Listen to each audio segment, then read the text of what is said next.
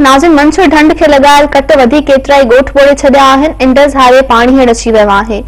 इन हवाले से तफ़सील ॾेई रहियो आहे के बुर्दी। जी के वधीक छा अपडेट्स आहिनि? जी एमिनी ड्रेन खां जेको पानी अचे पियो उहो मंसूर ढंढ में भॼी रहियो आहे। जेको मंसूर जी सतह उहा हींअर लाथ आहे। मंसूर ढंढ में कल्ह खां वठी अधु फुट जो लाथ अची वियो आहे। मंसूर ढंढ खे ॾिनल ॿ कट ऐं हिकिड़े घारे मां जेको सो मंसूर जो पानी 5 यूनियन काउंसिल खे ॿोड़े छॾियो आहे। ऐं जेके 300 खां मथे ॻोठ आहिनि, union council Channa, union council Boobak, Jafarabad, Arazi, Wawar, 5 union council जा ॻोठ ॿुॾी आहिनि। जॾहिं तव्हांखे ॿुधाईंदासीं जेके दड़े वारा ॻोठ मथां वारा उहे 2010 जे ॿोॾ में कोन ॿुधाया। उन करे न निकिता त हिन वारे पाणी घटि हूंदो, पर पाणी जे मुसलसिल चार अची रहियो आहे।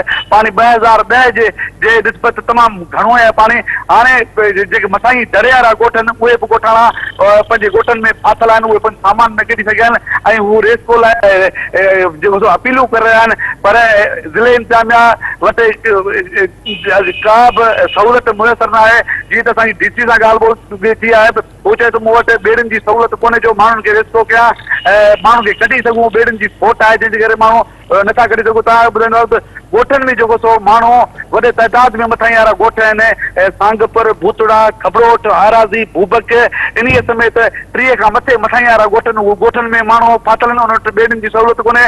उन वटि खाद खुराक बि खुटी वियो आहे। उहो कोनू साफ़ हिन खे अला इंतिज़ाम कोनू करे ॿुधाइनि था असां हिते फाथल आहियूं, हाणे असां ॿुधण वारा आहियूं, असांखे रेस्को करे कढियो वञे।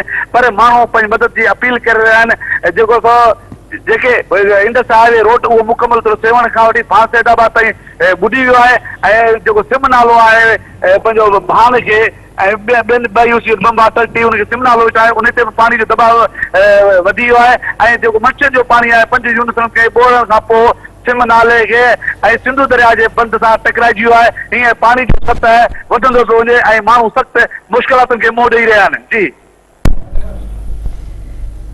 के जी महिरबानी।